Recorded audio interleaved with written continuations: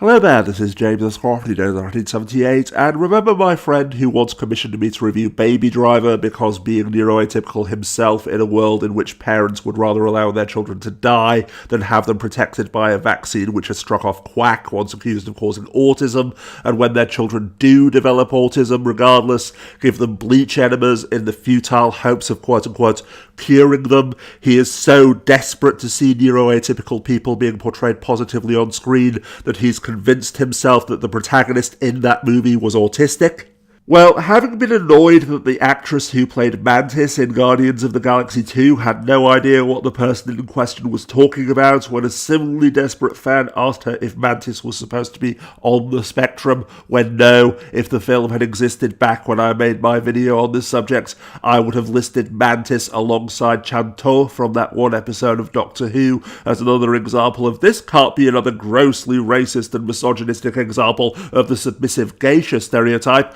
because she's obviously an alien. Can't you see the prosthetics? My friend has now commissioned me to review the anime Goblin Slayer for exactly the same reason as before, and to be honest, I'm starting to feel like the stereotypical dad on a long car journey, but instead of the annoying child asking, "Are we there yet?" he's asking, "Are neuroatypical individuals portrayed in fiction as just being people who perceive the world and express themselves differently yet?" No, and if you ask again, then I'm turning this car around. Because although he goes beyond being just another example of the archetypal kudere or dandere that are ubiquitous in anime to the point of almost being contractually obligated, except for the fact that he kills his enemies, doesn't have a secret identity, and has to work for a living, the eponymous Goblin Slayer is Batman. That's it. Merely another brooding, dark, edgy, and badass anti-hero who's fanatically obsessed with making himself feel better by attacking those who remind him of the ones who destroyed his life.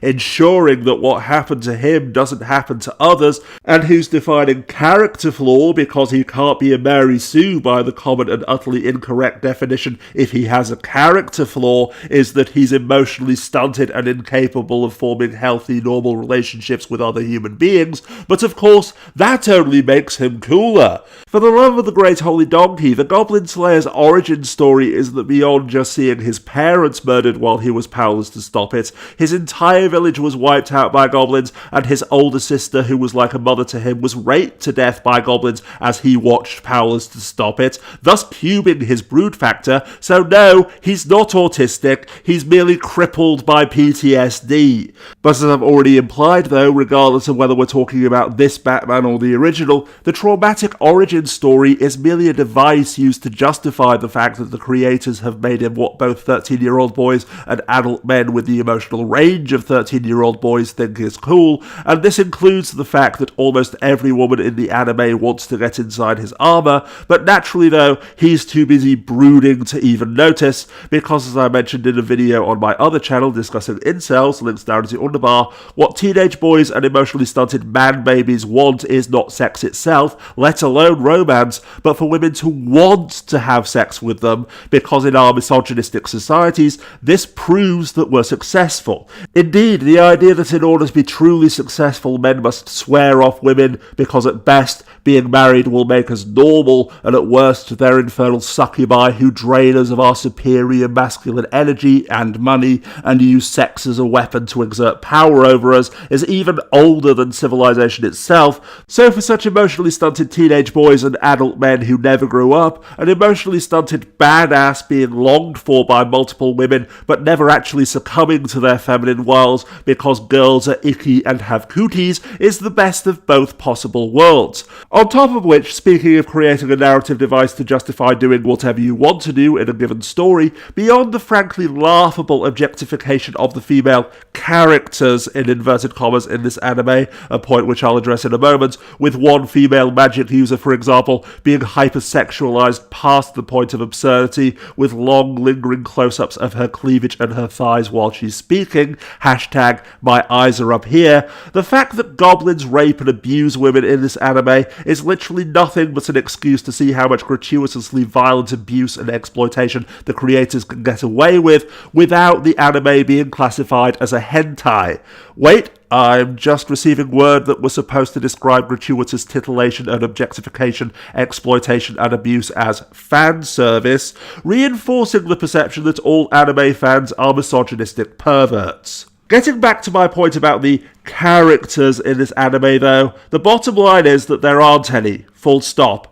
Merely anthropomorphized art assets with speaking lines and identifying characteristics, such as the aforementioned female magic user whose sole reason to exist is to give young boys who don't have open access to the internet masturbation material, the doe-eyed ickle-girly priestess who, having been saved by him when her group was inevitably raped and slaughtered in the opening episode in order to establish the stakes, now tags along with the Goblin Slayer because she is also traumatized and needs Daddy to protect her, the farm girl whose sole and single reason to exist, both narratively and in-universe, is to sit at home pining after the Goblin Slayer while her oversized breasts jiggle at inappropriate times, the High Elf Archer and Dwarf Mage who actually have to share the character trait of constantly bickering and insulting one another, and the not quite a dragon yet Mage who is obsessed with cheese and ice cream. Literally no one in this anime even has an actual name. What we think is the name of the Goblin Slayer used by the High Elf is simply Goblin Slayer in the Elvish language. So far from his utter lack of characterization being intended to make any kind of point or represent anyone in real life, the fact that the eponymous Goblin Slayer somehow manages to be even less characterized than everyone else in this anime isn't even that big of a deal, and as a matter of fact, I honestly wonder whether the script writers, assuming that there were any at all, were just trying to get away with doing as little work as possible, knowing that seeing goblins being sliced up and women being raped and abused is the only reason why anyone is here. And this being the case when it comes to the plot as well, the bottom line is that there isn't one either, because the Goblin Slayer goes to different places and kills goblins, and in a couple of cases, even kills something else that the artists can be bothered to draw, such as an ogre or a giant floating eye. The end. Joined in the beginning by the priestess and later by the aforementioned elf, dwarf and not a dragon yet, and joined in the final battle, if you can even call it that, by many of the other anthropomorphized art assets who also appear in this anime, because there has to be something that makes it feel as if something has been resolved. Indeed, they made a huge deal out of the fact that the Goblin Slayer removed his helmet to let other people see his face at the end of the final episode, while, joke's on you fanboys, still never actually showing his face to the audience, obviously labouring under the false assumption that I gave a flying fig one way or the other, and the only thing that even came close to a story or character development in this anime beyond actually people do like you and will fight beside you at the very end is that having brought them to her city to eradicate a nest of goblins in the sewers, it's revealed that the Sword Maiden, legendary adventurer and slayer of the Demon Lord who retired from adventuring at the advanced age of 15, #anime rules, after being captured and raped by goblins, had let them infest the sewers and perhaps even committed murder or ordered young women to be butchered and blamed it on the goblins. I'm not sure because it's incredibly badly written and I don't care enough to go back and try and figure it out, so that people would fear goblins as well, and thus know her terror. Since after all, if everyone else was scared of goblins, she would no longer have to live in fear of being judged for the fact that in spite of having once been a great hero, she is now terrified of goblins, a species which, in spite of the death, suffering and destruction they cause, are still regarded as being little more than vermin by most people in this anime, meaning that between her, the tag-along priestess, and the Goblin Slayer himself, the only thing that even passes for a premise or a theme in this anime is survivor's trauma, so no different from the actress who played Mantis. If you ask the creators of this not-quite goblin rape porn about the protagonist being on the spectrum,